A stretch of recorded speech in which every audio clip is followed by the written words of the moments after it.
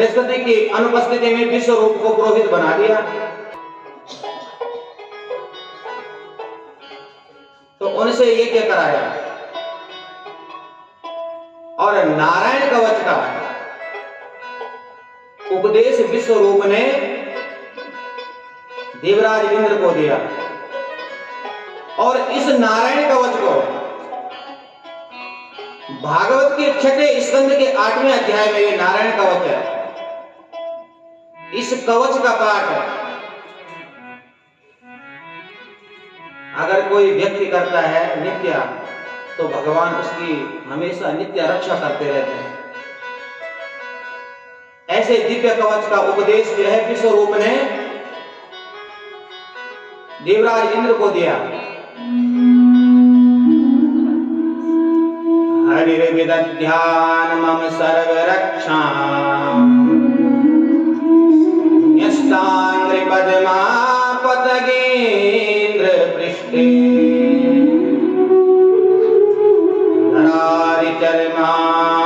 धरारिचर्मासिगदेषु चाप पाषाण ददानोऽष्टगुणोऽष्टबाहो। हे हरि, आप मेरी सर्व रक्षा करना, हर प्रकार से रक्षा करना। इसलिए इसका नाम नारायण कवच है। कवच माने कवच तो रक्षा के लिए तो होता है। तो इस नारायण कवच का पाठ का बहुत बड़ा चमत्कार है। तो दधीचि ऋषि थे ना, दधीचि ऋषि, तो वो इस कवच का नित्य पाठ करते थे। और इस कवच के पाठ से उनके शरीर में ऐसी चुंबकीय शक्ति उत्पन्न हो गई थी कि उनके आश्रम के ऊपर से कोई विमान नहीं जाता था। तो विश्व रूप से जब यज्ञ करवाया तो विश्व रूप ने क्या किया, क्योंकि दैत्य उनके मामा लगते थे, तो चुपके चुपके से दैत्यों के नाम की भी आहुति दे रहे थे। इंद्र को पता लगा, इंद्र ने विश्व रूप का वध कर दिया।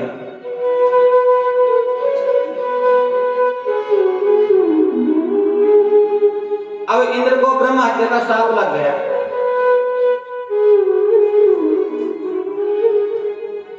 फिर उस ब्रह्म हत्या को 4 भागों में विभक्त करके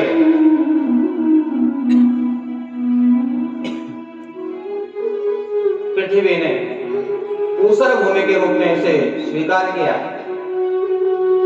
वृक्षों में गोंद के रूप में उसे वृक्षों ने स्वीकार किया। जल ने झाग के रूप में, और स्त्री ने रजो धर्म के रूप में उसे स्वीकार किया। 4 भागों में बांट दिया। अब जब इधर त्वष्टा मुनि को पता लगा, जो विश्व रूप के पिताजी थे, तो उन्होंने एक यज्ञ किया। और यज्ञ क्यों कर रहे थे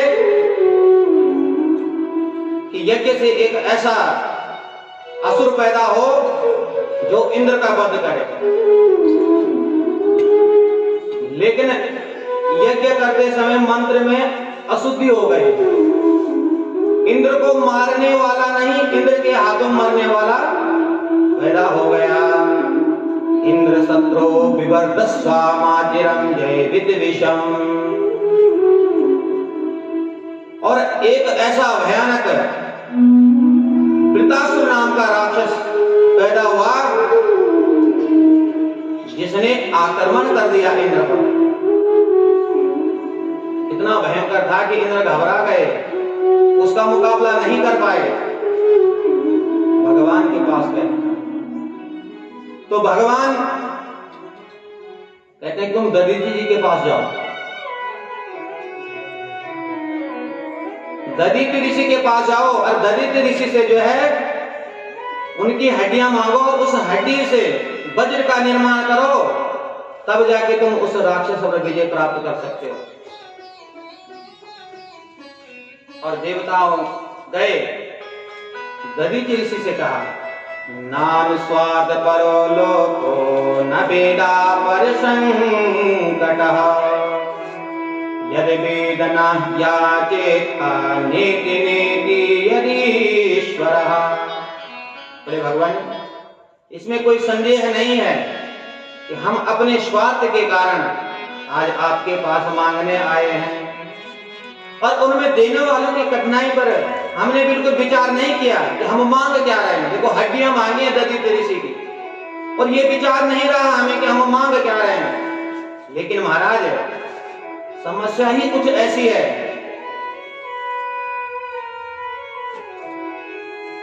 क्योंकि वृत्तासुर नाम का एक भयानक राक्षस पैदा हुआ है जिसने स्वर्ग पर आक्रमण कर दिया है, और वेदों की रक्षा करनी है तो इसके लिए हमें आपकी अस्थियां चाहिए।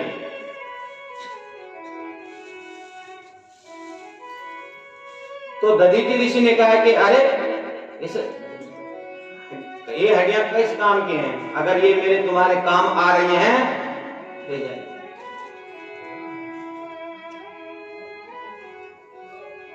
और तब देवताओं ने जब दधीचि ऋषि की हड्डियों का वज्र विश्वकर्मा ने बनाया, और उस वज्र को लेकर के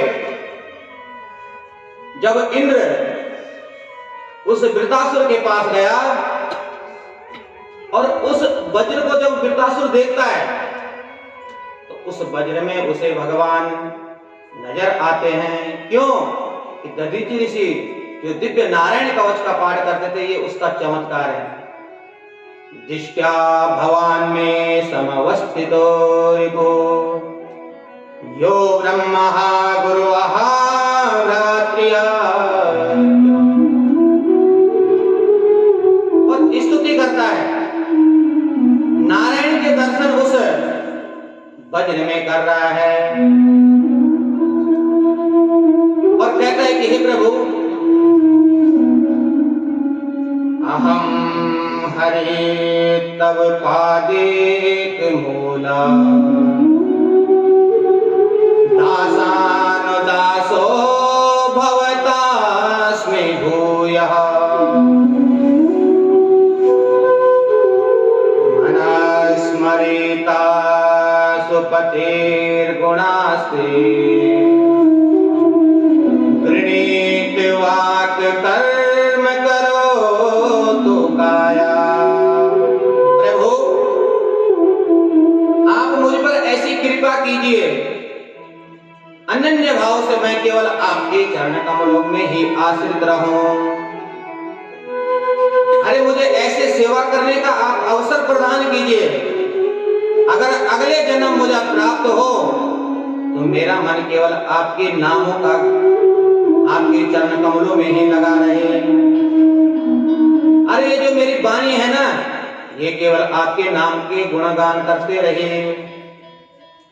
और दासान दासो बहुतास्मि भूय, जो आपका दास हो, इतनी कृपा करना, मुझे उसका ही दास बना देना।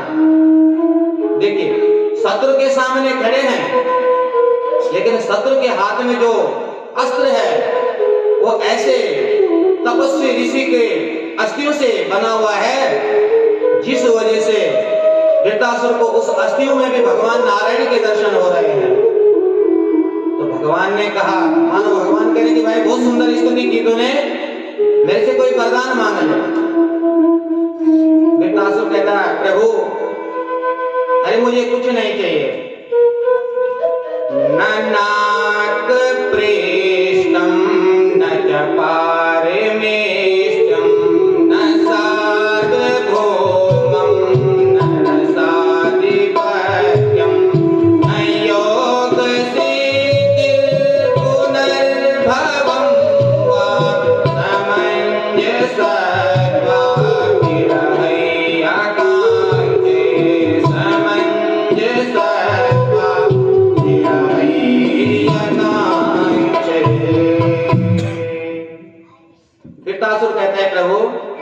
ननाक पृष्ठम।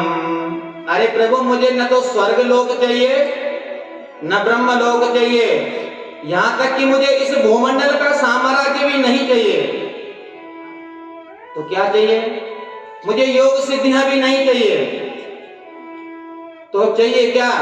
बस केवल मैं आपके लिए हमेशा तड़पता रहूं। किस प्रकार? जिस प्रकार बोले अजात पक्षा इव मातरम खगास्तन्यम यतावत् सराजुदाता प्रियं प्रियेव विस्मितं विषण्णा मनो अरविन्दाक्षिद्रीक्षये मनो अरविन्दाक्षिद्रीक्षये।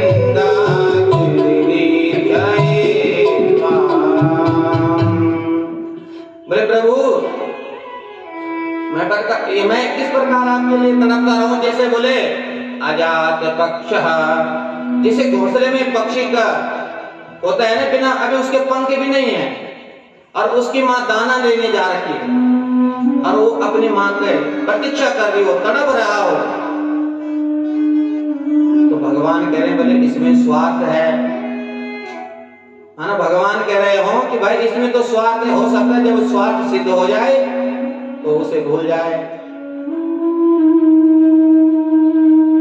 तो दूसरा उदाहरण दिया, बोले जिस प्रकार गाय का बछड़ा अपनी मां के लिए रमा रहा है, क्योंकि वो भोज चारने के लिए जंगल में गई है और सायंकाल में जब वो इंतजार करता है, मां की प्रतीक्षा में रत रहता है और भूख के मारे रमा रहा है, बोले मैं भी आपके लिए ऐसे ही तड़पता रहूं। बोले इसमें भी स्वार्थ है, भूख लग रही तब भजन हो रहा है। तो बोले प्रियं प्रियेवाद्विषितं विषण्णा, बोले जैसे किसी प्रिय का प्रियतम प्रदेश गया हो और वो अपने प्रिय के इंतजार में रहती है, हर पल उसे याद करती रहती है, बोले ऐसे ही मैं आपके लिए तड़पता रहूं। बोले इसमें भी स्वार्थ है।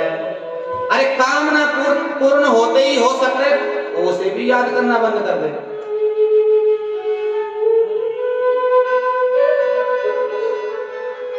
तो फिर कहते हैं काम प्यारी नारी जिमी लोभ ही पिया जिमी गान।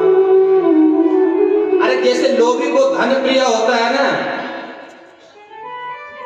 बस ऐसे ही मैं आपके लिए, आप मेरे लिए प्रिय बने रहें, आपके चरण कमलों में मेरी रति हो।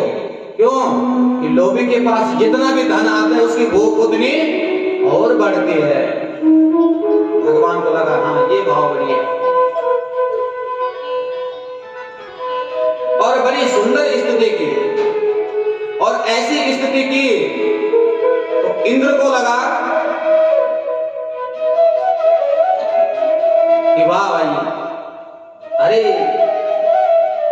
तेरे जैसे राक्षस की बुद्धि एक क्षण में बदल गई, और जैसे वृत्तासुर की दृष्टि उस वज्र में से हटे और इंद्र पर पड़ी तो उसने इंद्र को ही निगल दिया।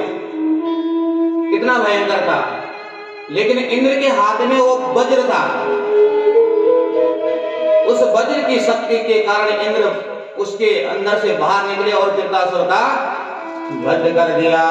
बोले भक्त वत्सल भगवान की